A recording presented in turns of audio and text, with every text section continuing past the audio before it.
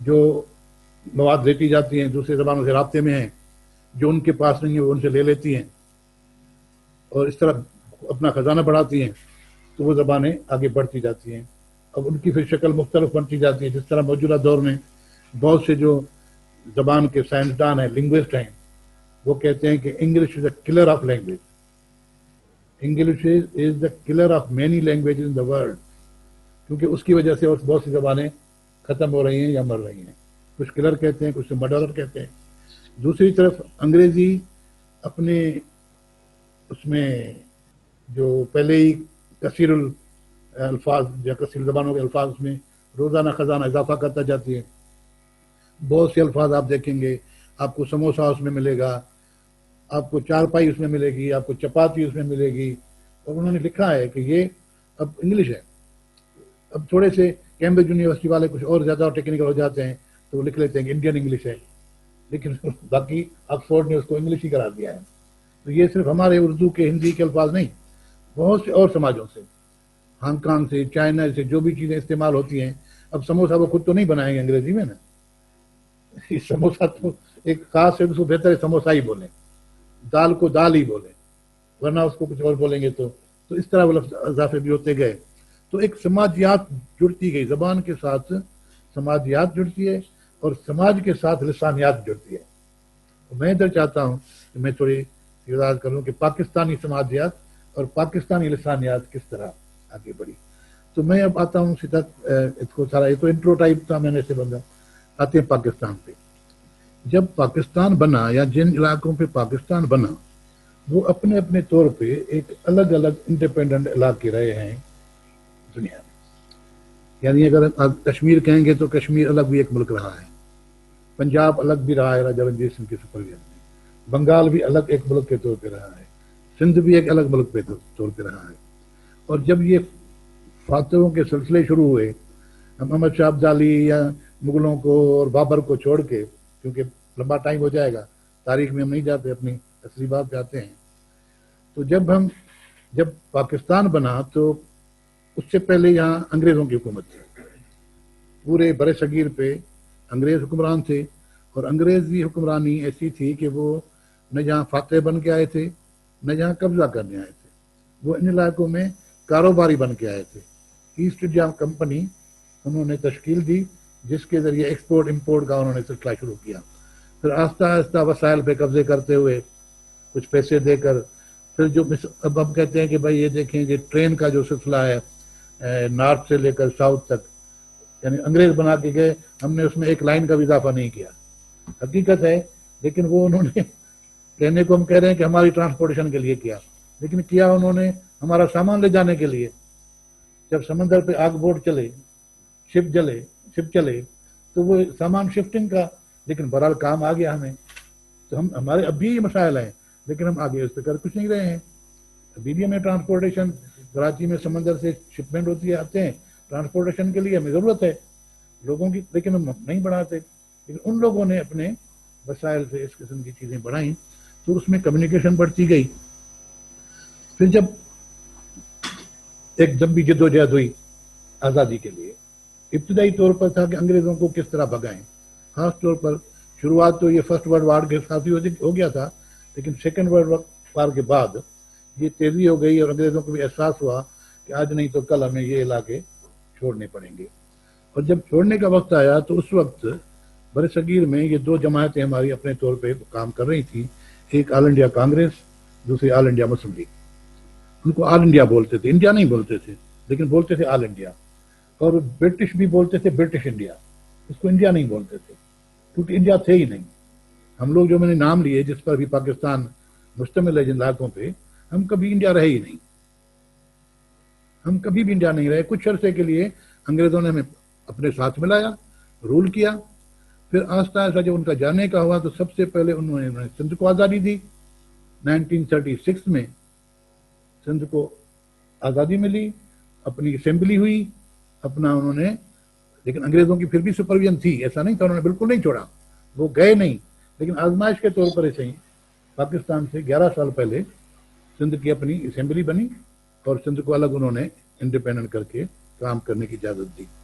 لیکن جب پاکستان بنا تو اس وقت بہت سی تھیوریز تھیں. ایک تو یہ تھا کہ جس طرح جن ممالک کو پہ قبضہ کیا گیا ہے ان کو اسی طرح چھوڑا جائے, ٹھیک ہے, یا ہم چلے جاتے ہیں, یہ خود جانے جو بھی فیصلہ کریں. یا دوسرا پھر یہ آئیڈیا آیا بعد میں کہ کیوں نہ پاکستان یا 1940 کی قرارداد جو ہوئی کہ پاکستان پھر ان علاقوں پہ مشتمل بنایا جائے جن علاقوں میں مسلمان اکثریت میں رہتے ہیں. چاہے یہ ہو جن میں ہمارے یہ علاقے ہے جو ایک مرتبہ پھر بھی میں کہتا ہوں, آپ تاریخ کی کوئی بھی کتاب پڑھیں, یہ علاقے جن پہ آج پاکستان مشتمل ہے وہ کبھی بھی انڈیا نہیں تھے, وہ کبھی بھی انڈیا کا حصہ نہیں تھے, نہ وہ گنگا جمنی تہذیب کے اثر میں تھے. ان لوگوں کی اپنا ثقافت تھی, اپنی اپنا کلچر, اپنی ثقافت, اپنی زبانیں, اپنے مسائل, اپنے حالات. اور جب پاکستان بنا تو یقیناً ایک نیا ملک تھا. یہ آبادی کی شفلنگ ہمارے اس میں ہمارے لیڈروں کے ایجنڈا میں نہیں تھی کہ جو مسلمان ہوں گے انڈیا کے باقی علاقوں میں وہ یہاں شفٹ ہو کے آئیں گے, یا جو اس علاقوں پہ ہندو یا غیر مسلم جو آباد ہوں گے وہ کوئی انڈیا چلے جائیں گے, ایسا تھا نہیں.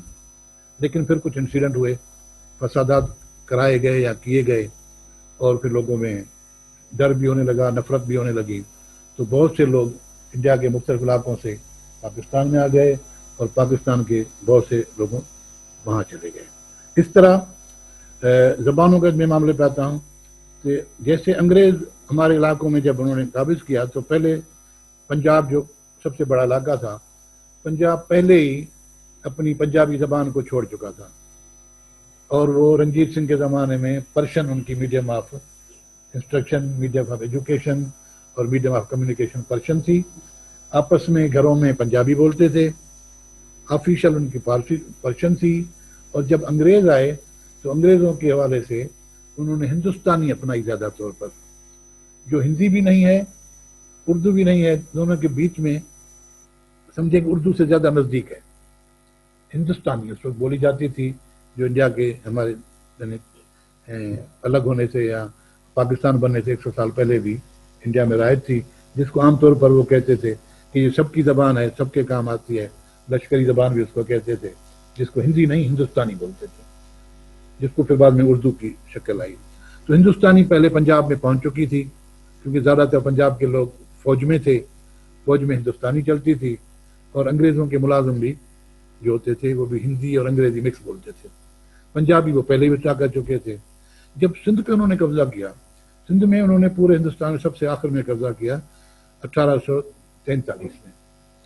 جب 1843 میں جب سندھ پہ قبضہ کیا, یعنی اسی طرح ٹریٹیز اور جو میں نے کہا کہ بزنس کے کاروبار کے طرح آہستہ آہستہ میروں کی حکومت پر قبضہ کر گئے, تو یہاں انہیں پتہ چلا اور انہیں احساس ہوا, اور ہاؤس آف کامن کی پوری ڈبیٹ بھی ہے, ڈاکومنٹ بھی میسر ہیں, کہ ان کو اس طرح کا ایک احساس ہوا کہ یہ جو سندھ کے حکمران تھے میر اٹالپور, وہ ہوشیار تھے, ذہین تھے, ڈیووٹیڈ تھے, اور ویلفیئر ان کا انداز تھا لوگوں کی خوشحالی کا, لیکن اس کے باوجود لوگوں میں ان کی عزت نہیں ہے, لوگ ان کے لیے کھڑے نہیں ہوں گے. اور اس کی وجہ انہوں نے یہ کی کہ لوگ سندھی بولتے ہیں, سندھی میں اپنا کاروبار کرتے ہیں سارا, لیکن جو سرکاری زبان ہے, درباری زبان جو ہے, کورٹ کی زبان جو ہے, وہ پرشین ہے, کیونکہ ٹالپور خود پرشین بولتے تھے. تو اس وجہ سے لوگ ان کی بات سمجھتے ہی نہیں ہیں.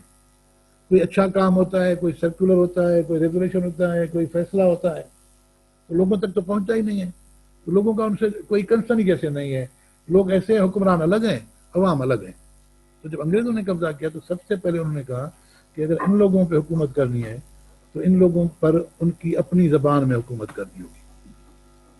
اور انہوں نے کہا کہ اب سارے وسائل استعمال کریں اور ان کی اپنی زبان کو ترقی دیں. اس وقت سندھی کوئی 7 سے 11 الفابیٹ میں مختلف طریقوں سے لکھی جاتی تھی, ہر علاقے میں الگ طریقے سے لکھی جاتی تھی. کوئی خداوادی, کوئی میمنی, کوئی کاچاواڑی, کوئی جد کی, کوئی مل کی, اس طرح ایک قسم کے مختلف اسکرپٹ میں سندھی لکھی جاتی تھی. تو انگریزوں نے کہا کہ اس کو ہم اسٹینڈرڈ کرتے ہیں, ایک بناتے ہیں کہ سب کے لیے ایک ہو. اس کے لیے انہوں نے کمیٹی بنائی, بہت بڑا ڈبیٹ ہوا. آخر میں 2 اسکول آف تھاٹ وہاں ظاہر ہوئے. کہ ایک اسکول آف تھاٹ تھا کہ کہ سندھی زبان کا جو یہ صورت اختی ہے جو رپی وہ عربک سندھی میں کی جائے، عربک اسٹائل میں کی جائے. اور دوسرا اسکول آف تھاٹ تھا نہیں، سندھی میں جو آواز ہیں وہ عربی میں نہیں ہیں، عربی میں اس قسم کی آواز نہیں ہے، تو عربی اس کو جسٹیفائی نہیں کر سکے گی، سندھی پوری طرح نہیں اس میں کام کر سکے گی. اسی لیے بہتر ہے کہ دیوناگری جس میں سنسکرت لکھی ہوئی ہے، دیوناگری لپی میں سندھی کو لکھا جائے اور اس کو فیملرائز کیا جائے. اس وقت ان دونوں لپیوں میں لوگ سندھی لکھتے تھے، کچھ دیوناگری میں لکھتے تھے، کچھ عربی میں لکھتے تھے. ہندو زیادہ تر دیوناگری کو استعمال کرتے تھے، مسلمان عربی اسٹائل میں لکھتے تھے. اور پھر عربی میں جہاں پر بے پہ ایک نقطہ ہے تو انہوں نے بے کے لیے ایک دوسرا نقطے کا اضافہ کر کے ایڈیشن کر کے مختلف قسم کی بنائی ہوئی تھی. بڑی ڈیبیٹ ہوئی اور فائنل فیصلہ ہوا جا کر ہاؤس آف کامن انگلینڈ میں. اور وہ فیصلہ تقریباً اس وقت بھی اور اس وقت بھی جو لنگوسٹ ہیں، جو زبان کے ماہر لوگ ہیں، جو اکیڈمک تھے، ان کا کہنا تھا کہ وہ فیصلہ علمی طور پہ نہیں کیا گیا ہے، اکیڈمیکلی طور پہ نہیں کیا گیا ہے، پولیٹیکل طور پہ کیا گیا ہے. دو اسکول آف تھاٹ، دونوں کے جو لیڈر تھے، ایک کا تھا کیپٹن اسٹیک اور دوسرے کا تھا رچرڈ ایف برٹن. یہ دو اسکول آف تھاٹ تھے. برٹن جو اسکول آف تھاٹ تھا وہ تھے کہ سندھی عربک سندھی میں لکھی جائے، عربک اسکرپٹ میں لکھی جائے، اور اسٹیک کا خیال تھا کہ نہیں، دیوناگری میں لکھی جائے. آخر میں فیصلہ ہوا عربک کے حق میں، اور اس کی وجہ یہ دی گئی کہ مسلمان جو ہیں سندھ میں آباد، زیادہ تر مسلمان ان پڑھ ہیں.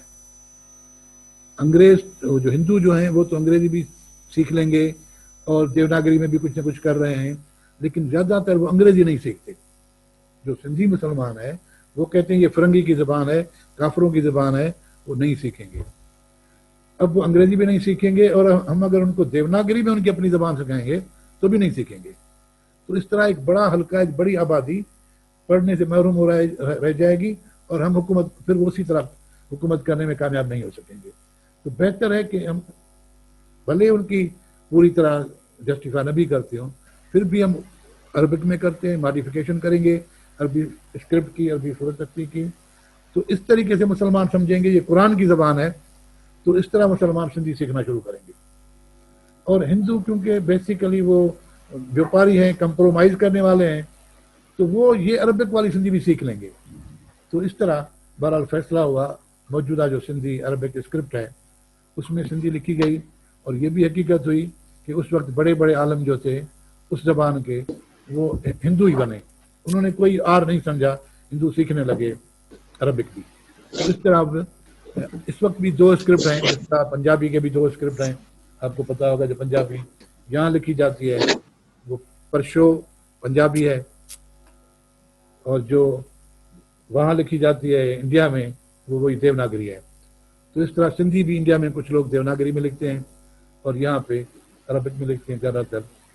تو بہرحال یہ تو سندھ کا، اس لیے میں نے بتایا کہ انگریزوں نے اپنے دور میں سندھی کی ترقی کے لیے کام کیے، لیکن جب وہ اب پاکستان بنا اور وہ چھوڑنے لگے تو پاکستان گورنمنٹ کے لیے، پاکستانی سیاستدانوں کے لیے یہ ایک مسئلہ پیدا ہوا کہ یہ جو مختلف اب جو صوبے ہم کہہ لیں یا مختلف علاقے ہیں جو پاکستان میں شامل ہو رہے ہیں، ان کو ایک کرنے کے لیے، یونٹی پیدا کرنے کے لیے ضروری ہے کہ زبان بھی ایک کی جائے. مختلف زبانوں میں مشکل ہوگا، اور ایک زبان کون سی کی جائے؟ تو مختلف جو انڈیجنس لوگ تھے، مقامی جن کے علاقوں پہ پاکستان بنا تھا، ان میں زیادہ اکثریت بنگال کی تھی، 56% آف پاپولیشن بنگالی تھے. تو ہوا کہ بھائی سب سے بڑی زبان بنگالی ہے، تو بہتر ہے کہ بنگالی کو اس کی سرکاری زبان بنائی جائے یا ملکی زبان ہی بنا جائے.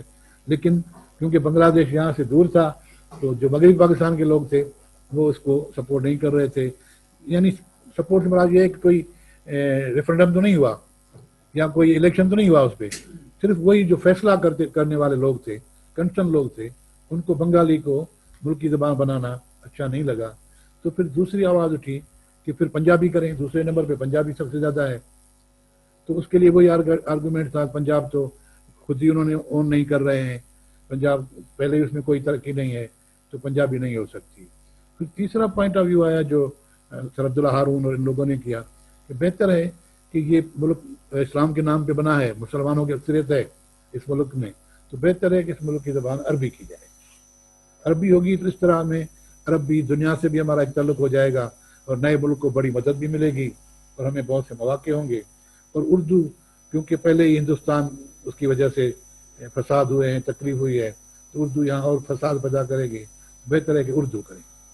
یہ مختلف جو تھیوریز اس وقت یعنی ارلی 40s میں پاکستان بنتے وقت، سمجھیے کہ جب پاکستان بنا اس وقت ہو رہی تھی، لیکن کوئی فیصلہ نہیں ہو پا رہا تھا.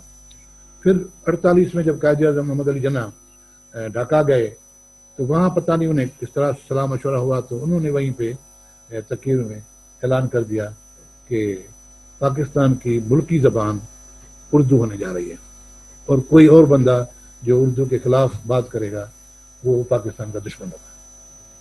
تو اس کے بعد یقیناً پھر اردو ہی بنی. لیکن انہوں نے کہیں بھی قومی زبان نہیں کہا. جو ان کی تقریر ہے انہوں نے کہا کہ پاکستان کی ملکی زبان یعنی پاکستان کی زبان اردو ہوگی. اور اس طرح پھر اردو آئی. یقیناً اس وقت بھی اس پہ احتجاج ہوا مختلف علاقوں میں، اور زیادہ احتجاج ہوا بنگلہ دیش میں. مسلم لیگ نے، مسلم اسٹوڈنٹ فیڈریشن ایون جو ان کی اپنی ذیلی جماعت تھی، انہوں نے بھی احتجاج کیا کہ اکثریت میں ہو. بہرحال اعتراضات ہوئے، مختلف ہوتے رہے، احتجاج ہوئے، ہڑتالیں ہوئیں، لیکن بہرحال اردو پہ کام اب ہونا شروع ہوا. اور جب اردو ہوئی تو نیا ملک تھا، نئی نئی جابس آ رہی تھیں، بہت سے لوگ یہاں سے جا چکے تھے، دوسرے لوگ آ چکے تھے، تو کچھ جاب ویکنسی، نئے ادارے بن رہے تھے. اب لوگوں کے لیے پرابلم یہ ہوئی کہ ادارے بن رہے ہیں تو جو اردو بولے گا اس کو نوکری ملے گی، یا جو انگریزی بولے گا. تو سندھ کے لیے تو سب سے بڑی پرابلم ہوئی، کیونکہ اردو وہاں پہ علمی زبان کے طور پر تھوڑی بہت جانی جاتی تھی، اور انگریزوں نے انگریزی کو بالکل وہاں انٹروڈیوس نہیں کیا تھا.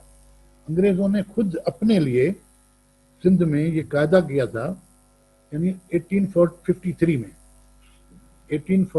میں انہوں نے قبضہ کیا مکمل طور پہ، اور 10 سالوں میں انہوں نے محنت کر کے فیصلہ کیا کہ سندھی ہوگی اس کی زبان سندھ کی. اور 18 مہینے کے اندر کوئی بھی انگریز یا کوئی بھی آدمی دنیا سے جو یہاں نوکری کرنے آئے گا، اگر 18 مہینے کے اندر وہ سندھی نہیں سیکھ سکا تو اسے واپس جانا پڑے گا. He has to go back home. تو سب کے لیے 18 مہینے میں کمپلسری ہو گئی. تو اب وہاں لوگوں نے انگریزی سیکھنی دھیان ہی نہیں دیا، سوائے جو سرکاری جو انگریزوں سے ڈائریکٹ کانٹیکٹ میں تھے ان کے علاوہ باقی انگریزی کی طرف انٹرسٹ نہیں تھا. اور ہندوستانی بھی ایسے عام طور پہ بولتے تھے، لکھنے پڑھنے کی زبان وہاں نہیں تھی. اب جو پاکستان بنا تو وہ لوگ بہت متاثر ہوئے کہ اب ہمیں اردو میں لکھنا پڑے گا، نوکری لینی ہے. تو وہی بنگال کا معاملہ ہوا کہ جب ایک زبان بنتی ہے ملک کی تو پھر تو فائدہ کس کو ہوا؟ فائدہ تو ان لوگوں کو ہوا جو باہر سے آئے. تو جابس میں ہونا شروع ہوا. اور بھی بہت سی چیزیں ہوتی ہیں زبان کے ساتھ جڑی ہوئی، جس طرح ہیومن رائٹس ہیں، اسی طرح لنگوسٹک رائٹس بھی ہیں کہ بھائی مجھے فریڈم آف اسپیچ جو دیتے ہیں تو اس کا مقصد صرف یہ نہیں کہ کسی کے خلاف بولنا، اس کا مقصد یہ بھی ہوتا ہے کہ اپنی زبان میں بولنے کا حق دیں، مجھے اپنی زبان میں بولنے کا حق دیں. اب جب میری اپنی زبان میں کوئی سننے کو لیے تیار نہ ہو، لیڈرشپ باہر سے آ جائے، تو ملک میں ایک قسم کا عجیب قسم کی کنفیوژن رہنا شروع ہوا. بنگلہ دیش کی تحریک اتنی بڑی، بنگلہ دیش نہیں، مشرقی پاکستان، کہ 56 میں جو کانسٹیٹیوشن بنا اس میں 2 زبانوں کو پاکستان کی اب کلیئر طور پہ لکھا گیا قومی زبان کی. پہلے تو ملکی زبان تقریر میں کہا گیا تھا، اب کہا گیا کہ بنگالی اور اردو پاکستان کی 2 قومی زبانیں ہیں. اور مغربی پاکستان کے لوگ 6 مہینے کے اندر بنگالی سیکھیں گے، اور مشرقی پاکستان کے لوگ 6 مہینے کے اندر اردو سیکھیں گے. تو مشرقی پاکستان کے لوگوں نے تو اردو سیکھنا شروع کر دی، اس میں انہوں نے کام بھی کیا، کتابیں بھی ہو گئی. اس طرف کے لوگوں نے بنگالی کی طرف دھیان نہیں دیا کیونکہ ان کا کام سارا ہندوستانی یا اردو میں ہو رہا تھا. تو اب یہ اور کنفیوژن بڑھتا جا رہا ہے. ادھر سے پشتون کو بھی وہی تھا کہ بھائی ہماری بھی ایک زبان ہے، ہمیں ہونا چاہیے. پھر آہستہ آہستہ بلوچیوں کو احساس ہوا. اب معاملے اتنے بڑھتے گئے، اور سفر کیا ہوا؟ ایجوکیشن نے سفر کیا. ہم نہ ادھر کے رہے نہ ادھر کے رہے. یعنی ہم سے پوچھیں گے کہ آپ ماسٹرز ہیں فزکس میں، پتہ چلے گا 2 کتابیں پڑھی ہیں، فزکس نہیں بنے، لیکن ہیں ہم ماسٹر. ماسٹر مطلب ہے کمانڈ ہے ہماری، ہم کسی بھی سبجیکٹ میں ہمیں کمانڈ نہیں رہی. ایجوکیشن کسی بھی ملک کے مقابلے میں ہم اپنے بندے کو کھڑے تو اپنا معاملہ پیچھے ہی نظر آتا ہے, سوائے ابتدائی دنوں کے جب انگریز تھے اس زمانے میں. تو یہ اثر ہوتے گئے یہاں تک کہ آخر کوئی احساس ہوا کہ بھائی ہمیں بھی ڈیموکریسی ہمارے ملک میں الیکٹڈ گورنمنٹ ہو. اور پھر مشرقی پاکستان کھونے کے بعد ہمیں مجبوراً 1 یونٹ توڑنا پڑا. آپ کو پتا ہوگا کہ 55 میں اس کنفیوژن کی وجہ سے اس وقت کی غیر الیکٹڈ حکومتیں مختلف اپاؤ لیتی تھیں, مختلف اسٹیپ لیتی تھیں. تو مشرقی پاکستان مغربی پاکستان میں حل ان کو یہ نظر آیا کہ 1 یونٹ بناتے ہیں.